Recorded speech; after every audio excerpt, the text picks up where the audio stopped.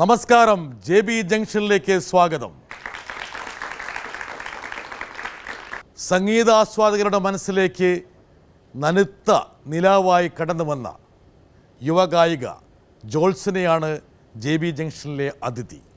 ജോത്സനയെ JB ജംഗ്ഷനിലേക്ക് സ്വാഗതം ചെയ്യാം. Jyotsna, yes sir. ഈ ചിരി വെറുതെ ഇരിക്കുന്നതാണോ അതെയോ? സാറെ കണ്ടതിന്റെ സന്തോഷത്തിൽ ചിരിക്കുക ഞാൻ. ഓ സുഖിച്ചേട്ടാ,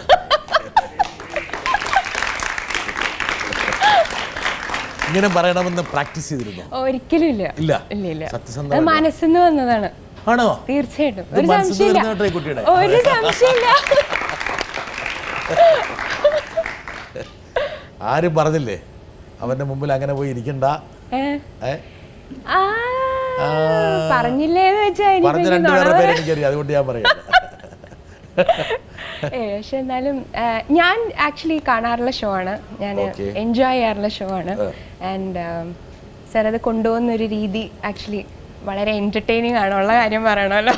എന്റർടൈൻ ചെയ്യണമെങ്കിൽ എന്താ കാരണം അറിയാം, മനസ്സിലുള്ള കുറച്ചും കൊണ്ട് പുറത്തേക്ക് ഇട്ടേക്കണം. ശരി, സമ്മതിച്ചോ?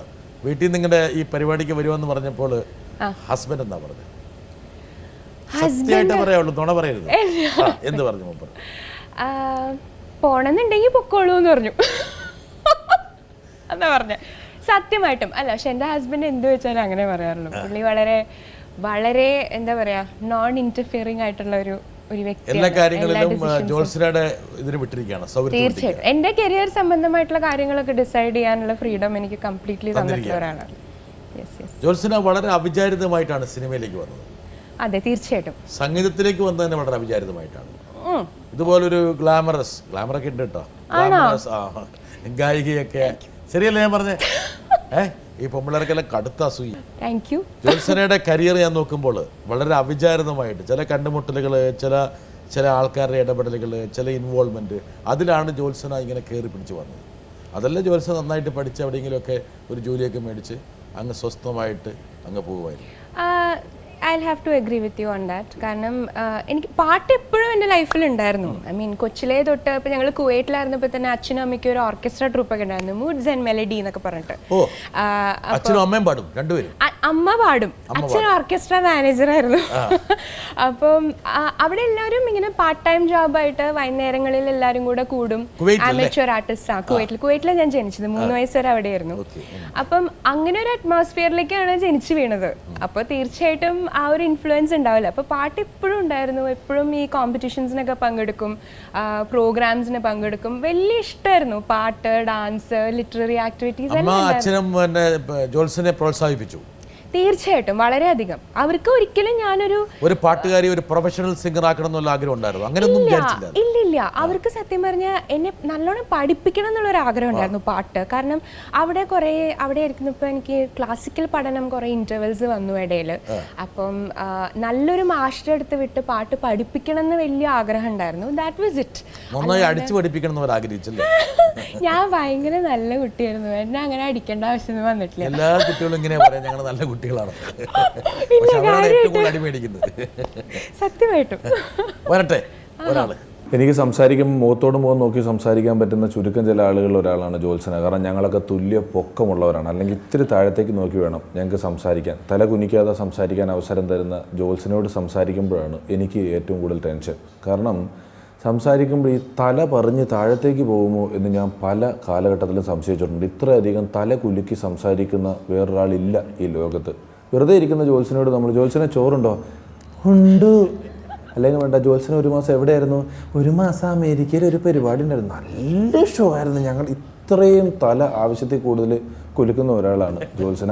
ചോദ്യം അതല്ല, വളർന്നതൊക്കെ വിദേശത്താണ്. വിദേശത്ത് വളർന്ന കുട്ടികളോട് പലപ്പോഴും നമ്മൾ 80കളിലും 90കളിലേക്ക് ദൂരദർശൻ കാലഘട്ടത്തെക്കുറിച്ചോ അല്ലെങ്കിൽ അന്നത്തെ പരിപാടികളെക്കുറിച്ചോ കേരളത്തിലെ സ്ഥിതികളെക്കുറിച്ചൊക്കെ പറയുമ്പോൾ അവരൊരു ഇത്തിരി പിന്നിലേക്കായിരിക്കും. അവരുടെ മലയാളം കുറച്ച് മോശമായിരിക്കും. പക്ഷേ ജോത്സന വർഷത്തിലൊരിക്കൽ ലീവിനൊരു 10-30 ദിവസമൊക്കെ നാട്ടിൽ വന്ന് പോയിട്ടുള്ളൂ എന്നാണ് ഞാൻ അറിഞ്ഞത്. എങ്കിൽ പോലും ജോത്സനയുടെ ആ ഒരു അപ്ഡേഷൻ, ആ ഒരു കാലഘട്ടത്തെക്കുറിച്ചുള്ള അറിവ് വളരെ വലുതാണ്. അതെങ്ങനെ കൈകാര്യം ചെയ്യുന്നു, അതെങ്ങനെ കിട്ടി, അത് എത്ര നാൾ നാട്ടിലുണ്ടായിരുന്നു തുടങ്ങിയ കാര്യങ്ങൾ പ്രേക്ഷകരുമായി പങ്കുവയ്ക്കുക. ജോത്സന ഈ കഴുത്തിൽ സ്പ്രിംഗ് ഉണ്ടോ? അതെന്താ അറിയില്ല, കൊച്ചിലെ ഉള്ള സ്വഭാവം. അത് അച്ഛനമ്മയെ അടിച്ചു മാറ്റിയാൽ മതിയായിരുന്നു കൊച്ചിലെ. അവര് വിചാരിച്ചിട്ടുണ്ടാവില്ല ആ കാര്യത്തില് മാത്രം അതിനെ അവര് അടിച്ചിരുന്നെങ്കിൽ ഞാൻ ആഗ്രഹിക്കുന്നു. ആണോ? സത്യം. ഇറിറ്റേറ്റിംഗ് അല്ല? എന്ത് ഇറിറ്റേറ്റിംഗ്? ഇറിറ്റേറ്റിംഗ് ഒട്ടുമല്ല. അല്ല, താങ്ക് യു. അതായത് ജോത്സനയുടെ പ്രത്യേകത ഒരുപക്ഷെ പിഷാരടി നല്ലൊരു ഒബ്സർവറാണ്. തീർച്ചയായിട്ടും പിഷാരടിയുടെ ഈ സക്സസിന്റെ പിന്നിലുള്ളത് ഈ ഒബ്സർവേഷനാണ്. തീർച്ചയായിട്ടും. ഒന്ന് ഈ തലകുലുക്കിന്റെ കൂടെ നല്ല തൃശ്ശൂരിന്റെ ഒരു ടോണുണ്ട്, തൃശ്ശൂർ സ്ലാങ് നന്നായിട്ട് വന്നിട്ടുണ്ട്. പക്ഷെ ഇത് രണ്ടും കൂടി ചേരുമ്പോൾ ഭയങ്കര സക്സസ്ഫുൾ ആണ്. പ്രാഞ്ചിയേട്ടനൊക്കെ ഭയങ്കര സക്സസ് ആയിരുന്നു. ശരിയാ. അതൊക്കെ തൃശ്ശൂർ ഭാഷയുടെ ഭാഷയ്ക്കൊരു ഭംഗിയുണ്ട്. ഭാഷയ്ക്കുള്ളിൽ ഒരു ഭാഷ സൃഷ്ടിച്ചു. അതാണ് തൃശ്ശൂർ ഭാഷയുടെ ഭംഗി. ഈ തൃശ്ശൂരുകാർ, എനിക്ക് നല്ല തൃശ്ശൂരുമായിട്ട് നല്ല ബന്ധമുണ്ട്. ഞാൻ കുറെ കാലം പഠിച്ച തൃശ്ശൂരാണ്. പിന്നെ എന്റെ ഭാര്യയും തൃശ്ശൂരിൽ നിന്നാണ്. പ്രശ്നമുള്ളവര് എന്ത് സാധനം ഉണ്ടാക്കി കഴിഞ്ഞാൽ കൂർക്കക്കിഴങ്ങ് കൊണ്ട് ഉണ്ടാക്കുള്ളൂ. പിന്നെ എന്ത് കറിയിലും ഈ പിന്നെ നേന്ത്രവാഴയ്ക്ക് അരിഞ്ഞിടും. ഏത് കറിയാണെങ്കിലും കൂർക്കക്കിഴങ്ങില്ലാത്തൊരു പരിപാടി അവർക്ക്.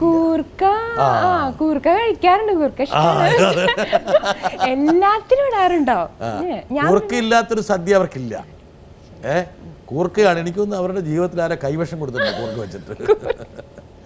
ജോത്സന ഇപ്പൊ പിഷാരടി പറഞ്ഞൊരു കാര്യം, ഒന്ന് തലകുലുക്ക്. എന്തായാലും അതൊക്കെ ഓരോരോ മാനറിസമാണ്. എല്ലാ മാനറിസം പിന്നീട് സ്റ്റൈലായി മാറും. അപ്പോൾ ജോത്സനയ്ക്ക് അത് സ്റ്റൈലായി മാറി, ഒരഴകായി മാറി. അഴകൻ്റെ കൂടെ വേറൊരു അഴക് കൂടി. രണ്ടാമത്തത് ഈ പറഞ്ഞ നിങ്ങൾ വിദേശത്ത് പഠിക്കുന്ന കുട്ടികൾ കേരളത്തിൽ നിന്ന് അല്പം ഡിറ്റാച്ച്ഡാണ്. പലപ്പോഴും വിദേശത്ത് പഠിച്ച കുട്ടികൾ ഇവിടെ പഠിക്കാൻ വരുമ്പോൾ അവരെ ആൾക്കാർ മണ്ടന്മാരാക്കും. എന്താ കാരണം വെച്ചാൽ പല ഉടായ്പ അവർക്കറിയില്ല. ഇവിടെ വന്നിട്ട് അപ്പം ജോത്സന അവിടെ അപ്പോൾ രണ്ട് പ്രശ്നമുണ്ട്. ഒന്ന്, അവർക്ക് ഇവിടുത്തെ രീതികൾ അറിയില്ല. രണ്ട്, അവർ കുറച്ചും കൂടി നിഷ്കളങ്കരാണ്. എന്താ കാരണം വെച്ചാൽ നേരെ പോകുന്നുള്ള ലൈനിലാണ്. അപ്പോൾ എങ്ങനെ ഇത് ഈ കേരളമായിട്ട് എങ്ങനെ രണ്ടാമതൊന്ന് റീഅഡ്ജസ്റ്റ് ചെയ്യും? ഞങ്ങൾക്ക് ഒന്നാമത് പിഷു പറഞ്ഞ പോലെ നാട്ടിൽ ഞങ്ങൾ എല്ലാ വർഷവും ജൂലൈ ഓഗസ്റ്റ് അവിടെ സമ്മർ വെക്കേഷനാണ്. ആ സമയത്ത് ഞങ്ങൾ സത്യം പറഞ്ഞാൽ വെക്കേഷൻ ആവാൻ വെയിറ്റ് ചെയ്തിരിക്കും നാട്ടിൽ വരാൻ. എനിക്കും ചേച്ചിക്കും ഭയങ്കര ഇഷ്ടമായിരുന്നു നാട്ടിൽ വരാമെന്ന് പറഞ്ഞാൽ. ഞങ്ങൾക്ക് ഭയങ്കര സന്തോഷമുള്ള കാര്യമായിരുന്നു. ഒന്ന് ഏറ്റവും വലിയ അട്രാക്ഷൻ എന്ന് പറയുന്നത് അമ്മുമ്മയാണ്. അമ്മുമ്മ ഞങ്ങൾക്ക് എല്ലാവർക്കും ഒരു വീക്ക്നെസ് ആണ്. അപ്പൊ അമ്മുമ്മയെ കാണാന്നുള്ളൊരു സന്തോഷം. പിന്നെ കസിൻസിൻ്റെ കൂടെ. പിന്നെ ആ സമയത്ത് ഇവിടെ മഴയാണല്ലോ. അപ്പൊ ഞങ്ങളിങ്ങനെ ഈ മരുഭൂമിയിൽ നിന്ന് മഴ ഇങ്ങനെ കാണാം, പച്ചപ്പും മഴയൊക്കെ കാണുമ്പോൾ മനസ്സിലുണ്ടാവുന്ന ഒരു സന്തോഷം. അപ്പോൾ നാട് എന്ന് പറഞ്ഞാൽ എപ്പോഴും ഞങ്ങൾക്ക് ഭയങ്കര ഇഷ്ടമുള്ളൊരു സംഭവമായിരുന്നു. പിന്നെ ഞങ്ങൾക്ക് കിട്ടിയൊരു ഭാഗ്യം എന്ന് വെച്ചാൽ ഗൾഫിൽ പ്രത്യേകിച്ചും ഈ മലയാളി അസോസിയേഷൻസ് ഒക്കെ ഭയങ്കര സജീവമാണ്. Kerala social centre, Abu Dhabi Malayali Samajam, അങ്ങനെയൊക്കെ കുറേ സ്ഥാനങ്ങളുണ്ട്. അപ്പോൾ അവിടെയൊക്കെ അവർ വൈകുന്നേരങ്ങളിൽ അവിടുത്തെ മെമ്പേഴ്സ് തന്നെ ഇനീഷ്യേറ്റീവ് എടുത്ത് കുട്ടികൾക്ക് മലയാളം ക്ലാസ് എടുക്കും. അങ്ങനെയൊക്കെ കുറെ പരിപാടി. കേരള സോഷ്യൽ സെന്റർ ഞാൻ പോയിട്ടുണ്ട് അവിടെ പരിപാടി. അതന്നെ. അപ്പൊ അമ്മൂമ്മ ഒരു അഡിക്ഷൻ ആയിരുന്നല്ലേ? അമ്മൂമ്മ തീർച്ചയായിട്ടും, ഒരു സംശയമില്ല, ഇപ്പോഴും ആണ്. ചിന്നു ചെറുപ്പത്തിലെ തന്നെ ആരെങ്കിലും ഒരു പാട്ട് പാടാൻ പറഞ്ഞാൽ ഉടനെ ചിന്നു അത് പാടും. അക്ഷരം ശരിയായില്ലെങ്കിലും തുടതയില്ലെങ്കിലും പറഞ്ഞാൽ മനസ്സിലാകാത്ത ഭാഷയിലാണെങ്കിലും ട്യൂൺ നല്ല കറക്റ്റായിട്ട് ചിന്നു പാടിയിരുന്നു. അത് അന്ന് തന്നെ ഞങ്ങളൊക്കെ വിചാരിച്ചിരുന്നു ചിന്നു ഒരു പാട്ടുകാരിയാവണമെന്ന്. ഞങ്ങൾക്കൊക്കെ ആഗ്രഹം ഉണ്ടായിരുന്നു. അതുപോലെ തന്നെ ഇപ്പം അങ്ങനെ ആയി. ഞങ്ങൾക്കെല്ലാം വളരെ സന്തോഷമുണ്ട്. പിന്നെ ചെറുപ്പത്തിലെ ഓർമ്മയുണ്ടോ, നഴ്സറിയിൽ പഠിക്കുമ്പോൾ വണ്ടി വന്ന് നിന്ന് എല്ലാം ഡ്രസ്സ് ചെയ്ത് വെക്കുമ്പോൾ മോളിൽ പോയി പൊട്ട് തൊട്ടത് ശരിയായോ എന്ന് നോക്കാൻ ഓടുന്നതും ചേച്ചി വിളിക്കുന്നതും ഒക്കെ ഓർമ്മയുണ്ടോ ചിന്നുവിന്? അത് ഒരു വർഷം 2ാം ക്ലാസ്സിൽ പഠിക്കുമ്പോൾ ഒരു വർഷം ഞങ്ങൾ നാട്ടിൽ പഠിച്ചിരുന്നു, 1 ഇയർ. അപ്പോൾ അന്ന് അമ്മൂമ്മ വീട്ടിലുണ്ടായിരുന്നു. അപ്പോൾ എന്ന് വെച്ചാൽ ഈ പൊട്ട് എനിക്ക് ഭയങ്കര വീക്ക്നെസ് ആയിരുന്നു. അത് ഈ കളറിലുള്ള ചാന്ത് പൊട്ട്, പല കളറുകളിൽ ഇങ്ങനെ ഉണ്ടാവില്ലേ ചാന്ത്, അതിലുള്ള എല്ലാ കളറും നെറ്റിട്ട് തൊടാൻ പറ്റിയ അത്ര സന്തോഷം. അങ്ങനെയായിരുന്നു. അപ്പോൾ എല്ലാ ദിവസവും അമ്മൂമ്മ ഇങ്ങനെ എന്തെങ്കിലും ഡിസൈനൊക്കെ വരച്ചിരുന്നു സ്കൂളിൽ പോണതിന് മുമ്പ്. അപ്പം രാവിലെ മുകളിൽ മറ്റേ ഗോദ്രേജിന്റെ അലമാരിയില്ലേ കണ്ണാടി ഉള്ളത്, അവിടെയായിരുന്നു പ്രധാന സ്ഥലം. അത് കഴിഞ്ഞ് പൊട്ട് കഴിഞ്ഞ് മുകളിലേക്ക് ഓടും. മുകളിലേക്ക് ഓടി ഒരു അരമണിക്കൂർ അതിൻ്റെ മുമ്പിൽ പല പോസിൽ നിൽക്കുക, പാട്ട് പാടുക, ഡാൻസ് ചെയ്യുക, അതൊക്കെയായിരുന്നു പ്രധാന പരിപാടി. അതൊരു റുട്ടീൻ പോലെയായിരുന്നു എല്ലാ ദിവസവും രാവിലെ. ഒരു ദിവസം അങ്ങനെ ഓടി, ബസ് അതിൻ്റെ പാട്ടിന് പോയി. പിന്നെ അച്ഛനും അമ്മയും ഓടിപ്പടച്ച് ഓട്ടോയിലൊക്കെ കയറ്റിവിട്ട് അങ്ങനെയൊക്കെ ആയിരുന്നു. അപ്പൊ അതാണ് അമ്മൂമ്മ പറഞ്ഞത്. അമ്മൂമ്മയ്ക്ക് വേണ്ടി ചിന്നു ഒരു പാട്ട് പാടി കൊടുക്കുക. ആദ്യകാലത്തൊക്കെ പാടിയിരുന്ന പാട്ട് പുഴയോരത്താണോ? എന്തൊരു പാട്ടുണ്ടായിരുന്നല്ലോ, പുഴയോരത്ത്. അതന്നെ, കറക്റ്റ്. അതായിരുന്നു സ്ഥിരം പാടിക്കൊണ്ടിരുന്നത് പാട്ട്. അതും ഉണ്ടായിരുന്നു. പിന്നെ എൻ്റെ വേറൊരു ഫേവറേറ്റ് കണ്ണീർ പൂവിൻ്റെ ആയിരുന്നു. രണ്ടുപേരും എൻ്റെ ഏറ്റവും ഇഷ്ടമുള്ള പാട്ടുകൾ. ചിന്നു പാടാൻ പറഞ്ഞാൽ പാടിയിരുന്ന 2 പാട്ടുകൾ ഒന്നതായിരുന്നു. അപ്പൊ ചിന്നു പാടൂ. ഈ പാട്ടായിരുന്നു ജോത്സനയ്ക്ക് ഏറ്റവും ഇഷ്ടം? സ്ഥിരം പാടിയിരുന്നതായിരുന്നു ചെറുപ്പത്തിൽ. പക്ഷേ ഈ പാട്ടിന് കൂടെ കുറച്ച് ഡാൻസ് കൊണ്ട് പഠിച്ചിരുന്നു.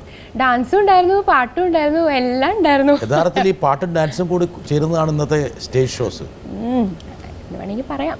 അതിൽ ചെറിയൊരു വൈമുഖ്യം ഉണ്ടായ. പിന്നെ ഡാൻസ് എന്ന് പറയാൻ പറ്റില്ല, ഈ പെർഫോമൻസ് എന്ന് പറയുമ്പോ നമ്മുടെ റിമിയെ കടന്ന് ചാടുന്നത് കാണുന്നില്ലേ? റീമിയുടെ ഒരു സ്റ്റൈൽ ഉണ്ട്, അത് ഇഷ്ടപ്പെടുന്ന ഒരുപാട് പേരുണ്ട്.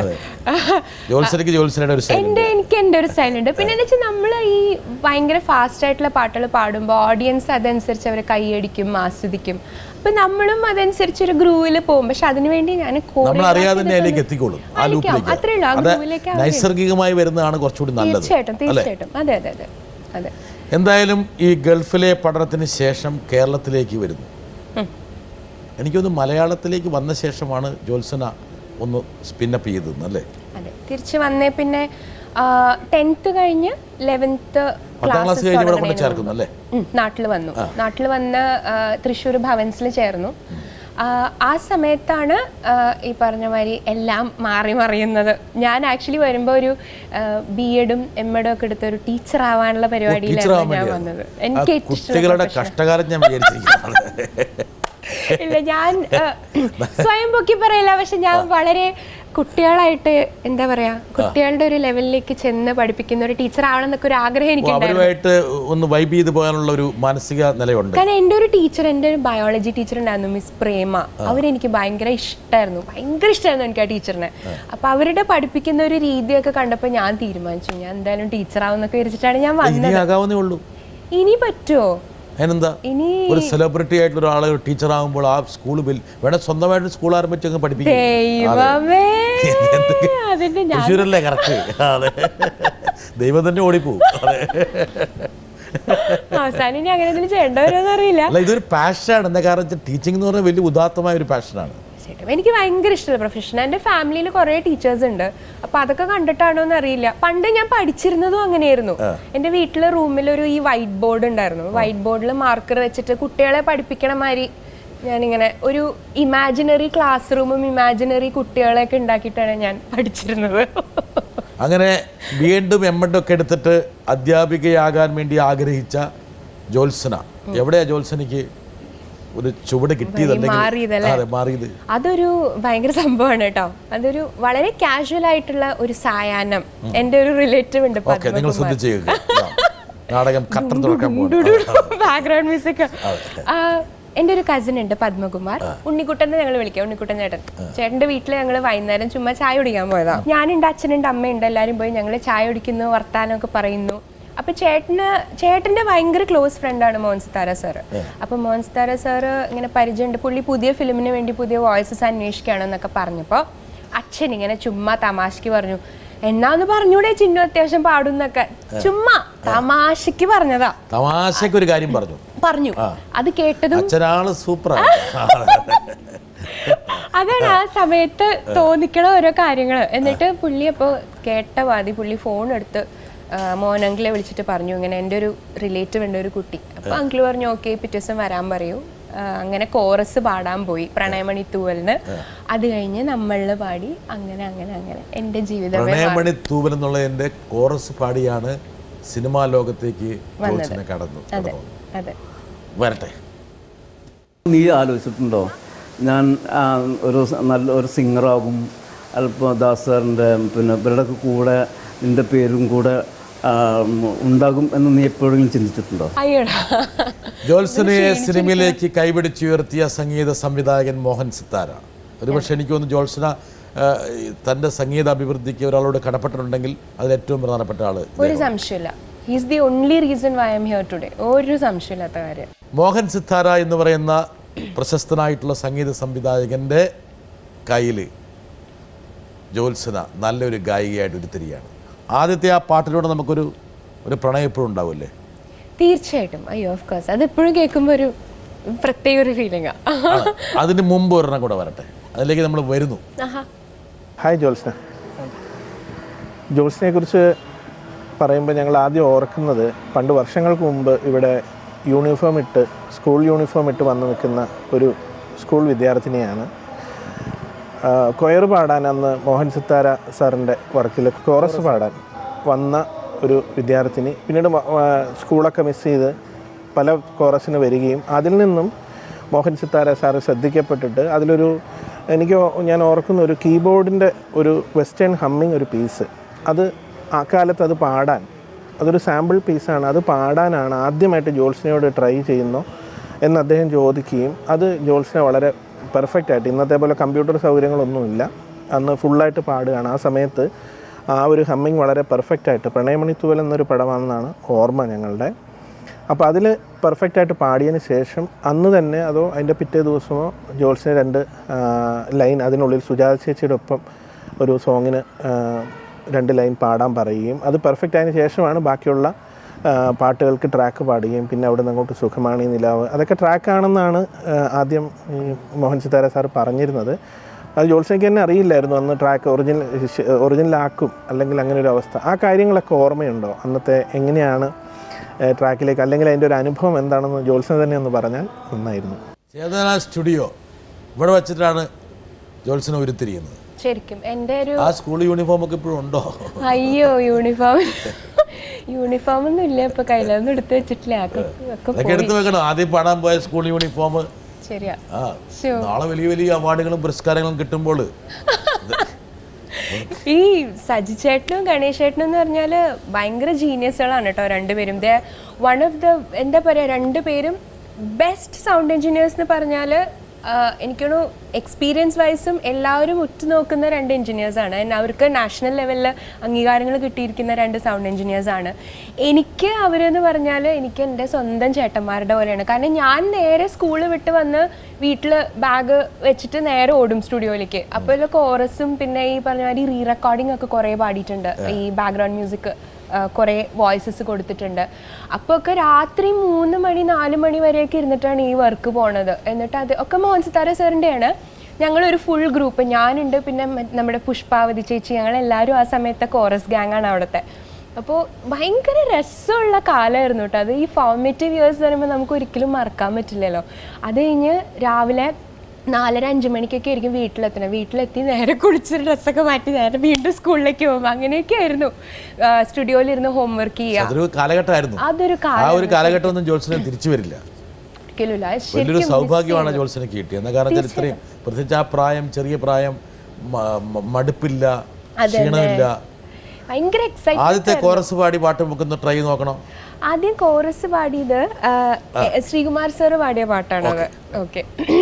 ഓ മന ലൈല ഓ മൈ ലൈല നിന്നെ എനിക്കിന്നെന്റെ ഇഷ്ടം, ഓ മൈ ബേബി ഓ മന ബേബി നിന്നെ എനിക്കിന്നെന്റെ ഇഷ്ടം,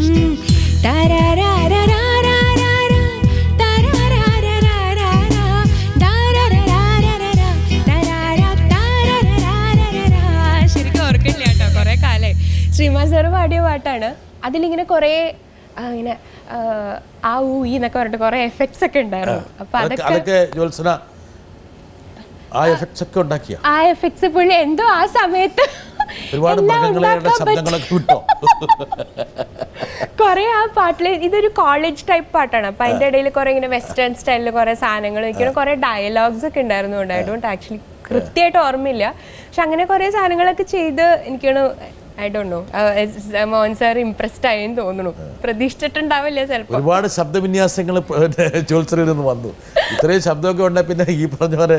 അയ്യോ, അത് ആക്ച്വലി അതിന് ഫുൾ ക്രെഡിറ്റ് ശരിക്കും മോഹൻ അങ്കിളിനാണ് കേട്ടോ. ഞങ്ങൾ ഈ റീ റെക്കോർഡിംഗ് ഒക്കെ ചെയ്യുമ്പോൾ അങ്കിളിന് ഈ പല പല സ്റ്റൈൽസ് ട്രൈ ചെയ്യാൻ ഭയങ്കര ഇഷ്ടമാണ്.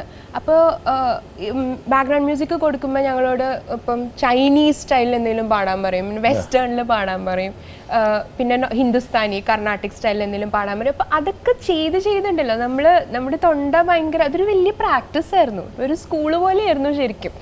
ഭയങ്കര എക്സ്പീരിയൻസ് ആയിരുന്നു. I M so thankful I get all that. ശരിക്കും ജോത്സ്നയ്ക്ക് പിന്നെ വന്നൊരു പാട്ട് എനിക്കൊന്ന് വളകിലിക്കുമായിരുന്നു അല്ലേ? മറ്റേത് വളകിലിക്കാണ് ഈ പ്രണയമണിത്തൂവലിൽ ഞാൻ പാടിയ പാട്ട്. തുളസിദാസ് സാറിന്റെ ഫിലിമായിരുന്നു അത്. ഗോപികയുടെ ഒക്കെ ഫസ്റ്റ് ഫിലിം, ജയസൂര്യ ഗോപിക. അപ്പം അതിൽ വളകിലുക്കം കേട്ടിട്ടുള്ള പാട്ട് സുജാ ചേച്ചിയുടെ ഡ്യുവറ്റ്. ശരി, എടുക്കും. Yes, folk style. നന്നായിരുന്നു. സുജാത എന്ത് പറഞ്ഞു?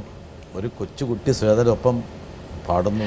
സുജാത ചേച്ചി എന്നെ ഭയങ്കര സ്വീറ്റ് ആണല്ലോ. സുജാത ചേച്ചി ഞാൻ പിന്നെ അത് കഴിഞ്ഞ് ഇതൊരു ഫംഗ്ഷൻ കണ്ടപ്പോൾ ഞാൻ ചേച്ചിയോട് പറഞ്ഞു, ചേച്ചി ഞാനിങ്ങനെ ചേച്ചിയുടെ കൂടെ പടത്തിൽ പാടിയിട്ടുണ്ടെന്ന്. അപ്പോഴേക്ക് സുഖമാണി നിലാവൊക്കെ ഇറങ്ങി. അപ്പോൾ ചേച്ചിക്ക് അങ്ങനെ എന്നെ അറിയായിരുന്നു. ചേച്ചിയുടെ മോളാണോ എൻ്റെ കൂടെ പാടിയത് എന്നൊക്കെ. She is very sweet. ചേച്ചി പിന്നെ ഭയങ്കര സ്വീറ്റ് ആണല്ലോ. ജോത്സന ഇങ്ങനെ ഈ പറഞ്ഞ ഒരുപക്ഷെ ഒരു കോറസ് പാടുന്നു, അത് കഴിഞ്ഞിട്ട് സിനിമയിൽ പാട്ട് പാടുന്നു, ഡുയറ്റ് പാടുന്നു. അങ്ങനെ ആൾക്കാർ ജോത്സന എന്നുള്ള ഗായിക ഇങ്ങനെ പയ്യെ അടുത്തറിഞ്ഞു തുടങ്ങി. ഒരുപക്ഷെ ജോത്സനയ്ക്ക് ഒരിക്കലും പ്രതീക്ഷിക്കാത്ത തലത്തിലേക്ക് ജോത്സന ഉയർന്നു. തീർച്ചയായിട്ടും. അതായത് സുഖമാണി നിലാവ് എന്നുള്ള പാട്ട് പാടാൻ പോയപ്പോൾ, പക്ഷെ അപ്പോഴേക്കും ഈ പ്രണയമണി തൂവലൊക്കെ പാടി സ്ഥിരം റെക്കോർഡിങ്സ് ഒക്കെ, ഈ റീ റെക്കോർഡിങ്സും ട്രാക്ക് വോയിസസ് ഒക്കെ പാടി തുടങ്ങിയപ്പോൾ അതിൻ്റെ ഇടയിൽ ഔസേപ്പച്ചൻ സാറിന് വേണ്ടിയിട്ട് സാറും എനിക്ക് ഞാൻ സാറിന് വേണ്ടി കുറേ ട്രാക്സ് ഒക്കെ പാടിയിട്ടുണ്ട്. അപ്പം ആ ഒരു ലൈഫ് സ്റ്റൈൽ അങ്ങ് മാറിയപ്പോൾ എനിക്കും ആക്ച്വലി ഭയങ്കര മ്യൂസിക്കിൻ്റെ പാഷനാണ്. എനിക്ക് എത്രത്തോളം മ്യൂസിക്കിനോട് ഇൻട്രസ്റ്റ് ഉണ്ട് എന്നുള്ളത് it help me to realize that. Confidence കിട്ടി. തീർച്ചയായിട്ടും ഭയങ്കര കോൺഫിഡൻസ് ആണ് എനിക്ക്. പുതിയ പുതിയ സംഭവങ്ങൾ പഠിക്കുന്നതിൽ ജോത്സനയ്ക്ക് സഹായകരമായോ? തീർച്ചയായിട്ടും. അത് ഭയങ്കര ഒരു എന്താ പറയുക, it was like I use to ശരിക്കും ലുക്ക് ഫോർവേഡ് എന്നൊക്കെ പറയില്ലേ. അത് ട്രാക്ക് പാടാനാണെങ്കിലും കോറസ് പാടാനാണെങ്കിലും 2 വരി ചുമ്മാ പാടാൻ വേണ്ടിയാണെങ്കിലും ഞാനിങ്ങനെ കോള് വരാനായിട്ട് ഇങ്ങനെ വെയിറ്റ് ചെയ്തിരിക്കും. അതങ്ങനെ ഔട്ട് വരണം പുറത്ത് വരണം എന്നൊന്നും ഒരു ആഗ്രഹമില്ല. It's just that experience. സ്റ്റുഡിയോയിൽ പോവുക, ഒരു വൈബ് എക്സ്പീരിയൻസ് ചെയ്യുക, പിന്നെ ഈ ചേട്ടന്മാർ അവിടെ ഉണ്ടാവും, അവരുടെ കൂടെ വർത്താനമൊക്കെ പറഞ്ഞിരിക്കുക. അങ്ങനെയൊക്കെ ഒരു ഭയങ്കര ഒരു I use to find a lot of excitement and fun and all that. അപ്പോൾ അത് കഴിഞ്ഞ് സുഖമാണി നിലാവ് പാടി ട്രാക്കാന്ന് വെച്ചിട്ടാണ് ആദ്യം പാടിയത്. പിന്നെ അത് പാടിക്കഴിഞ്ഞ് തിരിച്ച് വീട്ടിൽ വന്നപ്പോൾ ഐ വാസ് സോ ഹാപ്പി. നല്ലൊരു പാട്ട് എനിക്ക് പാടാൻ പറ്റിയല്ലോ എന്നൊക്കെ പറഞ്ഞിട്ട് ഞാൻ കുറേ പ്രാർത്ഥിച്ച് ഭയങ്കര ഇമോഷണലൊക്കെ ആയി. അത് കഴിഞ്ഞ് 2 ദിവസം കഴിഞ്ഞപ്പോൾ സാറ് പറഞ്ഞു ഇങ്ങനെ അത് ഓക്കെ ആക്കിയിട്ടുണ്ട്, അതാണ് വരാൻ പോണേ ഫിലിമിലെന്ന്. അപ്പോൾ ഏറ്റവും വലിയ ബ്രേക്ക് അതാണ്. ഒരുപക്ഷെ ജോത്സന എന്നുള്ള ഗായികയെ മലയാളിക്ക് പരിചയപ്പെടുത്തിയത്, യഥാർത്ഥത്തിൽ പരിചയപ്പെടുത്തിയത് ആ പാട്ടാണ്. സുഖമാണി നിലാവ് എന്തു സുഖമാണി കാറ്റ് അരികെ നീ വരുമ്പോൾ എന്തു രസമാണി സന്ധ്യ പൂഞ്ചിറകിൽ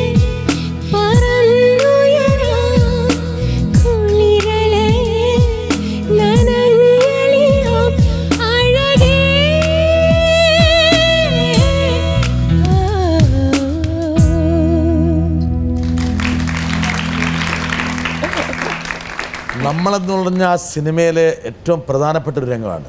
തീർച്ചയായും എനിക്ക് തോന്നുന്നു ആ ഒരു പാട്ടിൻ്റെ ഒരു ഫീല് ആ സിനിമയ്ക്കും വലിയൊരു ഫീല് കൊടുത്തു. അത് കഴിഞ്ഞപ്പോഴും പൊക്കം കൂടിയ പിന്നെ ആ പാട്ട് കൂടിയാ അത് കോംപ്ലിമെന്റ്സ് കിട്ടിയതിന്റെ പൊക്കം കൂടിയതാ. ആരാധകർ എണ്ണം കൂടിക്കൊണ്ടിരുന്നു. എനിക്ക് കുറെ അന്ന് അന്ന് ഞാൻ പഠിച്ചോണ്ടിരിക്കുക. ഏത് ക്ലാസ്സിലാണ്? 11 പഠിച്ചോണ്ടിരിക്കുക. 16 വയസ്സ് ആ സമയത്താണ് പാടിയത്. അപ്പോൾ ഏറെക്കുറെ ആ സിനിമയിലെ ആ കഥാപാത്രങ്ങളുമായിട്ട് ചേർന്ന് നിന്ന് പാടാൻ പറ്റുന്നൊരു സമയമാണ്. കുറച്ചൊക്കെ നമുക്ക് ഇങ്ങനെ സങ്കല്പിച്ചെടുക്കാൻ പിടികിട്ടിയല്ലേ? അതില് കൈതപ്രസാദിന്റെ വരികൾ സോ സിമ്പിൾ. അതിൽ ഒരു കടിച്ചാ പൊട്ടാത്ത സാഹിത്യം ഇല്ല, ഒന്നുമില്ല. ആർക്ക് വായിച്ചാലും എന്തായാലും ഉദ്ദേശിക്കണെന്നുള്ളത് ആരെങ്കിലും മനസ്സിൽ വെച്ചിട്ടാണോ എത്ര ഫീൽ പാടിയത്? ഇല്ല.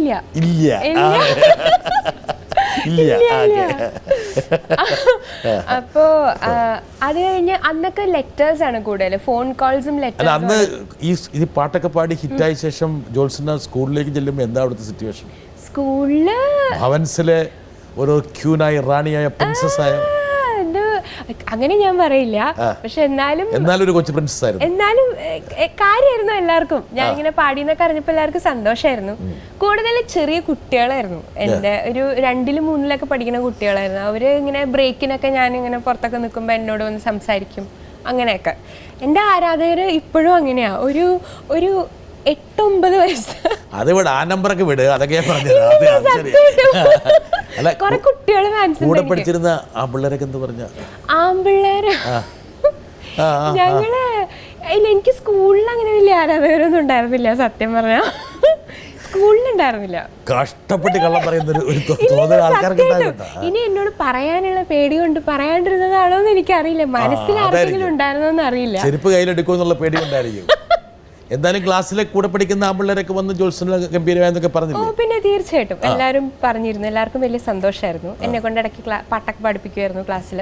അങ്ങനെയൊക്കെ വളരെ സന്തോഷകരമായിട്ടുള്ള ദിനങ്ങളായി. അവർക്ക് പിന്നെ കൂടുതലും എങ്ങനെയൊക്കെയാണ് കാര്യങ്ങളെന്ന് അറിയാനായിരുന്നു. അതായത് സ്റ്റുഡിയോയിൽ പോയാൽ എങ്ങനെയാണ്, ഇന്ന ആളെങ്ങനെയാണ് അതൊക്കെ അറിയാനായിരുന്നു കൂടുതൽ ഇൻട്രസ്റ്റ്. അപ്പൊ ഞാനിങ്ങനെ ഇരുന്ന് ഇങ്ങനെ കഥകളൊക്കെ പറഞ്ഞു കൊടുക്കും എല്ലാവർക്കും. നല്ല പൊടുപ്പും തൊങ്ങലും ചേർത്ത് കഥകൾ പറഞ്ഞു. പിന്നല്ലാണ്ട് എന്ത് കഷ്ടപ്പെട്ടാണെന്ന് അറിയാം ഞാൻ ഈ പാടിയത്. അല്ല പക്ഷെ കഷ്ടപ്പെട്ട് തന്നെ പാടിയത് കേട്ടോ, അത് സത്യമായിരുന്നു. അല്ല എനിക്കറിയാം മോഹൻ സിത്താര എന്തായാലും അങ്ങനെ എളുപ്പത്തിൽ പഠിപ്പിക്കുന്നത്, നല്ല കറക്റ്റായിട്ട്. മോഹൻ അങ്കിളുടെ റെക്കോർഡിംഗ് സെഷൻ എന്ന് പറഞ്ഞാൽ ഒരു ദിവസമാണ്. 1 day 1 song is 1 day. കാരണം ആദ്യം റഫായിട്ടൊന്ന് പഠിപ്പിക്കും, പിന്നെ സ്റ്റാൻസ ബൈ സ്റ്റാൻസ എടുക്കും, അത് കഴിഞ്ഞ് പിന്നെ ഓരോ ഇംപ്രൊവൈസേഷൻസ് ചെയ്യിപ്പിക്കും, പിന്നെ ബാക്ക്ഗ്രൗണ്ടിൽ ഓരോ വോയിസസ് ചെയ്യിപ്പിക്കും. ഫുൾ ഡേ ആണ്. അങ്കിൾ റെക്കോർഡിങ്ങിന് വിളിച്ചാൽ നമ്മൾ ഫുൾ ഡേ അതിന് വേണ്ടി മാറ്റി. പക്ഷേ ഈ പാട്ട് സിനിമയിൽ ഉപയോഗിക്കും എന്നുള്ള കാര്യം ജോത്സനയ്ക്ക് അറിയില്ലായിരുന്നു. ഇല്ല എനിക്കറിയില്ല. ഒരു സസ്പെൻസ് ആയിട്ട് സർപ്രൈസ് ആയിട്ടാണ് വന്നത് പിന്നീട്. തീർച്ചയായിട്ടും. കാരണം ഇത്രയും നല്ലൊരു പാട്ട്, പിന്നെ കമൽ സാറിന്റെ പ്രോജക്റ്റ്, അതിലൊന്നും ഒരിക്കലും അങ്ങനെ ഒരു പുതിയ ആളുടെ വോയിസ് ഓക്കെ ആക്കുന്ന നമ്മൾ ഒരിക്കലും വിചാരിക്കില്ലല്ലോ. 11ാം ക്ലാസ്സിൽ പഠിക്കുന്ന ജോത്സനയുടെ പാട്ട് ഈ സിനിമയിലെ ഏറ്റവും പ്രധാനപ്പെട്ട ഒരു പാട്ടായിട്ട് മാറുമെന്ന് ഒരിക്കലും അന്ന് ചിന്തിക്കാൻ പറ്റില്ല. ഒരിക്കലുമില്ല. അച്ഛനും അമ്മയും എന്ത് പറഞ്ഞു? അച്ഛനും അമ്മയ്ക്കും ആഗ്രഹം ഉണ്ടായിരുന്നു. മകള് നല്ലൊരു പാട്ട് പാടുമ്പോ അത് സ്ട്രേറ്റ് ആയിട്ട് വരണമെന്നൊരു ആഗ്രഹം അവർക്ക് ഏറ്റവും കൂടുതൽ ആഗ്രഹിച്ചിട്ടുണ്ട്. അമ്മയ്ക്ക് ഭയങ്കര സന്തോഷമായിരുന്നു. അമ്മൂമ്മ ഇപ്പോഴും അതെ. അമ്മൂമ്മ പാടി തുടങ്ങിയോ പിന്നീട്? അമ്മൂമ്മ പണ്ടേ പാടും. അമ്മൂമ്മ അടിപൊളിയായിട്ട് പാടും. അമ്മൂമ്മ പഴയ 50s 60s ഹിന്ദി പാട്ടുകളൊക്കെ അമ്മൂമ്മ ഗംഭീരമായിട്ട് പാടും. ഇപ്പോഴും പാടും. അമ്മൂമ്മ ഏത് പാട്ടാ പാടിപ്പിക്കുക സാറിന്? അമ്മൂമ്മയും ജോത്സന ഇതാരൊരു അയ്യോ, ഇതില് ഞാൻ 2-ലൊക്കെ പഠിക്കുന്ന സമയം. അയ്യോടാ ശരി, അന്ത കാലം ഓർമ്മ വന്നു. അമ്മൂമ്മയുടെ കഴുത്തിന് കയ്യൊക്കെ ഇട്ട് ഇങ്ങനെ സമകാലികരിക്കുന്ന പോലത്തെ ആള്. ഞാൻ ഭയങ്കര സ്ട്രോങ് ആയിട്ട് വിശ്വസിക്കും. കാരണവന്മാര് ചെയ്ത സുഹൃതം എന്നൊക്കെ പറയില്ല, അതാണ് പിന്നീടുള്ള ജനറേഷൻസ് അനുഭവിക്കുക എന്ന് പറയും. അപ്പൊ എനിക്ക് ശരിക്കും തോന്നുന്നുണ്ട് അമ്മൂമ്മയൊക്കെ ചെയ്ത നല്ല കർമ്മങ്ങളുടെയൊക്കെയാണ് ഞങ്ങൾക്കൊക്കെ ഇങ്ങനെ നല്ലൊരു ലൈഫ് കിട്ടിയതൊക്കെ. അപ്പൊ ജോത്സന നല്ല കർമ്മം ചെയ്ത് കഴിഞ്ഞാൽ ജോത്സനയുടെ പേരക്കിടാങ്ങൾക്ക് നല്ല ഗുണം കിട്ടും ഞാൻ വിശ്വസിക്കുന്നു. അതുകൊണ്ട് ഇപ്പോഴേ തുടങ്ങിക്കോളൂ. തീർച്ചയായിട്ടും. ഔസേപ്പച്ചൻ സാർ. ആ പാട്ട് പാടുന്ന സമയത്ത് ദാസേട്ടൻ വന്നിരുന്നു സ്റ്റുഡിയോയിൽ. അത് ശരി. ആദ്യമായിട്ട് ഞാൻ ദാസേട്ടനെ നേരിട്ട് കാണുന്ന, ഞാൻ ചമ്മി ഹാളിസായി പോയെന്ന് പറഞ്ഞ പോലെ. ദാസേട്ടൻ എന്നൊക്കെ പറഞ്ഞാല് ദൈവമാണല്ലോ ഞങ്ങക്ക്. ദാസേട്ടനേക്കാളും പൊക്കം ഉണ്ടോ? ദാസേട്ടനെക്കാളും ഇല്ലാന്ന് തോന്നണോ? ദാസേട്ടൻ മറ്റേ സിനിമയില് മറ്റേ ശ്രീനിവാസൻ കാണിച്ചാലും ഒന്ന് പൊങ്ങിയ. ദാസേട്ടൻ ഈ ഫോട്ടോ എടുക്കണതിന് മുമ്പ് എന്നോട് ചോദിച്ചു, ഞാനൊന്ന് പൊങ്ങി നിക്കണോ? എനിക്ക് ദാസേട്ടന്റെ മുഖത്തുനിന്ന് വായിച്ചെടുക്കാൻ പറ്റും. ദാസേട്ടനെ ആദ്യം കണ്ടത് 1+1 പാടിക്കൊണ്ടിരിക്കുമ്പോഴാണ്. അപ്പോൾ സാറ് ഇതുവരെ കണ്ടിട്ടില്ല. അപ്പം ഞങ്ങളുടെയൊക്കെ മനസ്സിൽ ദൈവത്തിനെ ഞങ്ങൾ നേരിട്ട് കാണുകയാണെങ്കിൽ ഞങ്ങളുടെയൊക്കെ മനസ്സിലൊരു ഫീലിംഗ് ഉണ്ടാവുമല്ലോ, അതുപോലെയായിരുന്നു അത്. ശരിക്കും പാട്ടിടയിൽ ഞാൻ പാടിക്കൊണ്ടിരിക്കുമ്പോൾ എനിക്ക് ഡോറ് കാണാൻ പറ്റില്ല, കയറി വരുന്ന സ്റ്റുഡിയോന്റെ ഡോറ് കാണാൻ പറ്റില്ല. പെട്ടെന്ന് പാട്ട് നിർത്തി ഔസേപ്പച്ചൻ സാറും നമ്മുടെ ഗണേശേട്ടനായിരുന്നു പാട്ടെടുത്തോണ്ടിരിക്കണേ. ഗണേശേട്ടനൊക്കെ എനിക്ക് നിന്നു. ഞാൻ വിചാരിച്ചു ഇവർക്ക് എന്നോട് ഇത്ര ബഹുമാനം. വിയറ്റ്നാം കോളനിയില് ഒരു രംഗമുണ്ട്. അതായത് ഓട്ടോറിക്ഷയുടെ പൈസ വേണ്ടെന്നും പറഞ്ഞു പോയി. അപ്പൊ മോഹൻലാൽ വിചാരിച്ചു എന്താണെന്ന്. അതുപോലെയാണ് ഏകദേശം അതുപോലെ. അത് കഴിഞ്ഞപ്പോഴല്ലേ ഈ വെള്ളയൊക്കെ ഇട്ട് താടിയൊക്കെ വെച്ച് ഒരു രൂപം, ഒരു മലയാള സംഗീതത്തില് ദൈവം കയറി വന്നു. എനിക്ക് വിറച്ചു. ഞാൻ ചത്ത് വീണേനെ. ഞാന് നിർത്തി. ഔസേപ്പച്ചൻ മോളും വന്നോളൂ കേട്ടോ, ഇനി ദാസേട്ടന്റെ പാട്ട് എടുക്കാന്ന് പറഞ്ഞു. അത് കഴിഞ്ഞ് ദാസേട്ടനെ കണ്ടിന് ഫുൾ വലിയ കഥയാണ്, ഫുൾ വെപ്രാളായിരുന്നു. പേന തുറക്കാൻ നോക്കിയിട്ട് അടപ്പ് കിട്ടിയില്ല, അടപ്പൊക്കെ തെറിച്ച് പുള്ളിയുടെ മടിയിൽ നിന്ന് വീണ് ആകെ കൊളായിന്ന് പറഞ്ഞാൽ പോരെ. പക്ഷെ അന്ന് ദാസേട്ടൻ എനിക്ക് തന്നിട്ടുള്ള ഗോഡ് ഇസ് ലവ് എന്ന് പറഞ്ഞിട്ടുള്ള ഓട്ടോഗ്രാഫ് ഇപ്പോഴും എൻ്റെ പൂജാമുറിയിൽ ഞാൻ വെച്ചിരിക്കുക. Very good. So precious for me. അത് കഴിഞ്ഞ് ദാസേട്ടൻ വന്ന് പാടിയിട്ട് പോകുന്നു. ദാസേട്ടൻ എന്താ പറഞ്ഞത്? ഈ പാട്ട് പാടാൻ പോകുന്ന കുട്ടിയാണെന്ന് അറിഞ്ഞപ്പോൾ ദാസേട്ടൻ എന്തെങ്കിലും പറഞ്ഞോ? ദാസേട്ടൻ എന്നോട് പാട്ട് പഠിക്കുന്നുണ്ടോ എന്നൊക്കെ ചോദിച്ചു. ആരുടെ അടുത്താ പഠിക്കണേന്നൊക്കെ ചോദിച്ചു. ഞാൻ സ്ഥലം വിട്ടു. കംഫർട്ടബിൾ. Yes of course. അത് കഴിഞ്ഞിട്ടാണ് പിന്നെ ജോത്സന പാടുന്നത്. അതെ ദാസേട്ടൻ പാടിക്കഴിഞ്ഞിട്ട്. ആ പാട്ട് വളരെ വളരെ ഹിറ്റായ ഒരു പാട്ടാണ് 1+2. 1+1 ആക്ച്വലി ശ്രീകുമാർ സാറിന്റെ കൂടെ ഒരു ഡ്യുവറ്റ്. ദാസ് സാർ വേറെ പാട്ട് പാടാനായിട്ടാണ് വന്നത്. ഇത് one of my initial hits ആയിരുന്നു 1+1 എന്നുള്ള പാട്ട്, കസ്തൂരിമാനിലെ. ഇന്നത്തെ ഒരു ട്രെൻഡി സോങ്.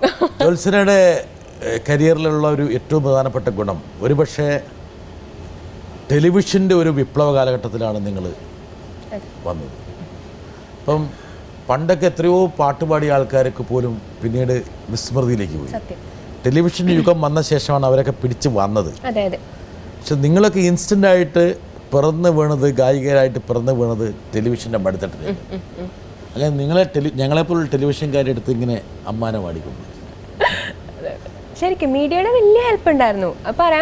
പറയാണ്ടിരിക്കാൻ വയ്യ. കാരണം സുഖമാണി നിലാവ് ഇറങ്ങാറായ സമയത്താണ് ഞാൻ ഒരു ലൈവ് ഗെയിം ഷോ പോലത്തെ ഒരു മ്യൂസിക്കൽ ഗെയിം ഷോ പോലത്തെ ഒരു സാധനം ചെയ്തത്. അപ്പോൾ ആൾക്കാർക്ക് പെട്ടെന്ന് കണക്ട് ചെയ്യാൻ പറ്റി പാട്ട് പാടിയത് ഇന്ന ആളാണ് എന്നുള്ളത്. റിയലി മീഡിയയുടെ ഹെൽപ്പ് വാസ്. അങ്ങനെ പാട്ട് പാടുന്നു, സിനിമയിൽ പാട്ട് പാടി പ്രശസ്തി നേടുന്നു, ടെലിവിഷൻ അതിനെ എടുത്തിട്ട് അമ്മാനമാടുന്നു. അത് കണ്ടും കേട്ടും മലയാളികൾ വിദൂര ഭാഗത്ത് നിന്ന് ജ്യോത്സനയുടെ സാന്നിധ്യത്തിന് വേണ്ടി കൊതിക്കുന്നു, ഇവൻറ്റുകളിലേക്ക് ക്രിയേറ്റ് ചെയ്യപ്പെടുന്നു. അങ്ങനെ ലോകമെമ്പാടും ജ്യോത്സന പടർന്നു കയറുന്നു. ചെറിയൊരു കാര്യമല്ല ഡെസ്റ്റിനി. പക്ഷെ അതൊരു സുഖമുള്ള നിലാവ് പോലെ തന്നെ വന്നത്. തീർച്ചയായിട്ടും അത് ടൈം എന്ന് പറയണതാ. എല്ലാം അതത് സമയത്ത് ഇങ്ങനെ എനിക്ക് വേണ്ടി വഴിമാറി തന്നു എന്നൊക്കെ പറയില്ലേ, അതുപോലെ ആണ്. ഹിറ്റ് പടങ്ങൾ ജ്യോത്സനയ്ക്ക് കിട്ടി. അതാണ് ജ്യോത്സനയുടെ കരിയറിലെ പ്രധാനപ്പെട്ട. ഉദാഹരണം പറഞ്ഞാൽ ചെറുപ്പക്കാരൊക്കെ ഒരുപാട് കണ്ട അല്ലെങ്കിൽ ആസ്വദിച്ച സ്വപ്നക്കൂട്, പിള്ളേർ തലയാട്ടിക്കൊണ്ടിരിക്കുക. ആ പാട്ട് ഇപ്പോഴും ഹിറ്റായിട്ട് നടക്കുകയാണ്. ഒരുപാട് പാട്ടുകൾ വന്നു പോയിട്ടും ആ പാട്ട് നിൽക്കുകയാണ്. എങ്ങനെ ഈ പാട്ടൊക്കെ എങ്ങനെ ഡു യു എക്സ്പെക്ട്, അതായത് ഇതൊക്കെ ഇങ്ങനെ ഹിറ്റാകുമെന്നല്ലോ പ്രതീക്ഷിക്കുന്നുണ്ടോ?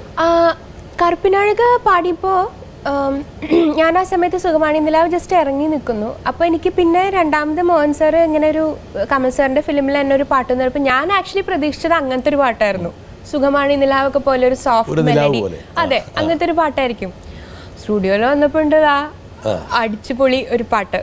അപ്പോൾ പക്ഷേ it was such A fun song. കാരണം അന്നത്തെ കാലത്ത് ഇത് ഇറങ്ങിയത് 2003 അപ്പോൾ 2003 മലയാളം സിനിമാ ഗാനങ്ങളിൽ ആ പാട്ടൊരു എക്സ്പെരിമെൻറ്റേഷൻ ആയിരുന്നു. It was something very new, very different. അന്ന് ഇത്രയും കാലം കേട്ട് വന്നതിൽ അതിൻ്റെ പ്രോഗ്രാമിംഗ് ആയാലും സിംഗിങ് സ്റ്റൈൽ ആയാലും ലിറിക്സ് ആണെങ്കിലും എവറിത്തിങ് വാസ് വെരി ഡിഫറെൻറ്റ്.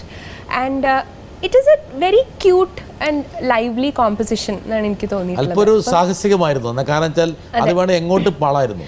അതന്നെ പാട്ടുകൾ പാടുമ്പോ എന്താണ് ജ്യോത്സനയ്ക്ക് തോന്നിയത്? പാടുമ്പോ ഞാനെന്ന് വെച്ചാൽ അന്ന് അങ്ങനെ വല്ലാണ്ട് അഗാധമായിട്ട് ചിന്തിക്കാനുള്ള ഒരു പ്രായമില്ലല്ലോ. അന്ന് അഗാധമായി ചിന്തിക്കാനുള്ളവില്ല എന്ന് പറയുമ്പോൾ ഇന്ന് ഭയങ്കര അഗാധ ചിന്തകളുണ്ടെന്നൊരു അർത്ഥം. ഇന്ന് അത്യാവശ്യം നമ്മള് അഗാധമായി ചിന്തിക്കുന്നുണ്ട്, ചിലപ്പോ ഇതിനെ റെമിനിസ് ചെയ്യാറുണ്ട്. പക്ഷെ അന്ന് അതില്ലല്ലോ. അന്ന് റെക്കോർഡിങ്ങിന് വിളിച്ച ആ ഒരു എക്സൈറ്റ്മെന്റിൽ അങ്ങോട്ട് പോവാ, പാടുക, 100% ആത്മാർത്ഥതയോടെ ആ പാട്ട് പാടി. അതിപ്പോഴും അതെ കേട്ടോ, ഇപ്പോഴും വളരെ സിൻസിയർ ആയിട്ടാണ് ഞാൻ പാടാറ്. അന്നെന്ന് വെച്ചാൽ പ്രത്യേകിച്ച് സുഖമാണി നിലാവൊക്കെ ഹിറ്റായി കഴിഞ്ഞപ്പോൾ it became a big responsibility. കാരണം what I do next shouldn't come down, you know. ഒരു പാട്ട് വിജയിപ്പിക്കേണ്ട ഉത്തരവാദിത്തം കൂടി വന്നു. എക്സാക്ട്ലി. അപ്പോൾ അതുകൊണ്ട് പിന്നെ it was A fun song. I could relate to it. കാരണം വെസ്റ്റേൺ സ്റ്റൈലാണ്. വെസ്റ്റേൺ സ്റ്റൈല് കേട്ടിട്ടുള്ള പരിചയം എനിക്ക് നല്ലോണം ഉണ്ടായിരുന്നു. അപ്പോൾ all that helped me. And അത് പാടി പാട്ട് വന്നപ്പോൾ പാട്ട് ഒരു വേറെ ലെവലിൽ ഹിറ്റായി. And I think that kind of. അപ്പോഴേക്കും ജ്യോത്സന കോളേജിലേക്ക് പ്രവേശിച്ചോ? 12th കഴിഞ്ഞ സമയത്ത്. 12th കഴിഞ്ഞ് കോളേജിലേക്ക് പ്രവേശിച്ചു. ട്രാൻസിഷൻ പീരീഡ് ആണെന്ന് എൻ്റെ ഓർമ്മ. ഗായികയാണ് ആ കോളേജിലേക്ക് കടന്നു വരുന്നത്. ഞാൻ പക്ഷെ പ്രൈവറ്റ് ആയിട്ടാണ് പഠിച്ചത്. അതുകൊണ്ട് ആ ഒരു ഇതുപോലെ അങ്ങനെ പാടി നടക്കാൻ പറ്റിയില്ല. അതാണ് ഡിസ്റ്റൻസ് എഡ്യൂക്കേഷനാണ് ചെയ്തത് കാലിക്കറ്റ് യൂണിവേഴ്സിറ്റി. അതിലൊരു ചെറിയൊരു നഷ്ടബോധമുണ്ടോ? സത്യം ഉണ്ട്. കാരണം എൻ്റെ കൂടെ പഠിച്ച ഫ്രണ്ട്സൊക്കെ അവരൊക്കെ ഇങ്ങനെ കോളേജിൽ ഇങ്ങനെ അവരുടെ ഓരോ ഫെസ്റ്റും അതും ഇതൊക്കെ ആയിട്ട് അവരിങ്ങനെ അടിച്ചു പൊളിക്കണതും ഓരോരോ കഥകളൊക്കെ. നല്ല സുഹൃത്തല്ലേ ഗായത്രി? തീർച്ചയായിട്ടും. ഗായത്രി കോളേജിലൊക്കെ പഠിച്ച് കോളേജിൽ ചെയ്ത കുരുത്തിക്കടുകളെ കുറിച്ചൊക്കെ ഇടയ്ക്ക് പറഞ്ഞ് മോഹിപ്പിക്കാറുണ്ട്. ഗായു പറയാറുണ്ട്, കോളേജ് കഥകളൊക്കെ പറയാറുണ്ട്. അത് കേൾക്കുമ്പോഴൊക്കെ എനിക്ക് കൊതിയാവുമായിരുന്നു. പിന്നെ എന്റെ കൂടെ പഠിച്ചിരുന്നവര് ഗായു വളരെ ഡീസന്റ് ആയിരുന്നു,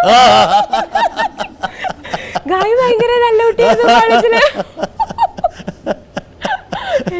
ഗായു കുരുത്തക്കേടുകളൊക്കെ ചെയ്തിട്ട് അതേക്കുറിച്ച് പറഞ്ഞ് മോഹിപ്പിക്കാറുണ്ടെന്ന് പറഞ്ഞിട്ട് പെട്ടെന്ന് അയ്യോ ഗോയി ഇതാണ് ഈ കള്ളം പറയുമ്പോൾ. പിന്നെ ഞങ്ങൾ ഒരു നല്ല സുഹൃത്തുക്കളാവില്ലല്ലോ. ഗായു പറഞ്ഞൊക്കെ ഞാൻ ഇവിടെ വിളിച്ച് പറഞ്ഞ പിന്നെ കഴിഞ്ഞില്ലേ, കുരുത്തക്കേടില്ലാത്ത ജോത്സന, ഞാൻ കുരുത്തക്കേടിലേക്ക് വരാട്ടോ. ദൈവമേ. എന്തായാലും പ്രശസ്തിയുടെ കൊടുമുടിയിലേക്ക് ജോത്സന പ്രവേശിക്കുന്നു. ആരാധകരുടെ പ്രളയം. ഇനി ഗായു ആണോ പറഞ്ഞത്, ബിദു ആണോ പറഞ്ഞത്, വേറെ ആരെങ്കിലും ആണോ പറഞ്ഞത്, അഫ്സലാണോ പറഞ്ഞത്, വേറെ സുഹൃത്തുക്കളാണോ പറഞ്ഞതെന്ന് ചോദിക്കരുത്, നീ എന്നോട് ചോദിക്കരുത്. ഒരുപാട് പ്രണയലേഖനങ്ങൾ ഇങ്ങനെ വന്നുകൊണ്ടേ.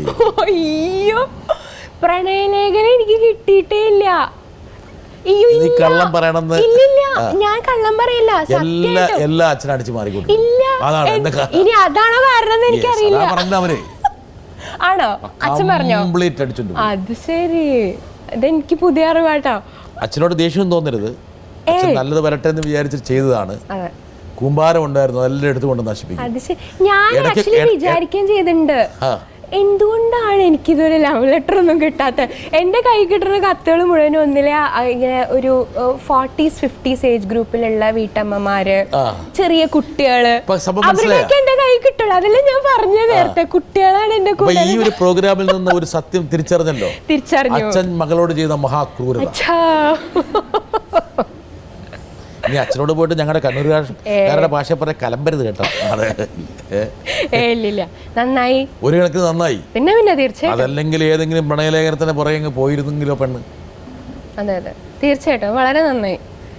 എന്തായാലും പക്ഷെ അച്ഛനൊരു ഗുണം ചെയ്തു. കാരണം വെച്ചാൽ കത്തുകൾ പരിപൂർണമായിട്ടും വറ്റിച്ച് കളഞ്ഞില്ല.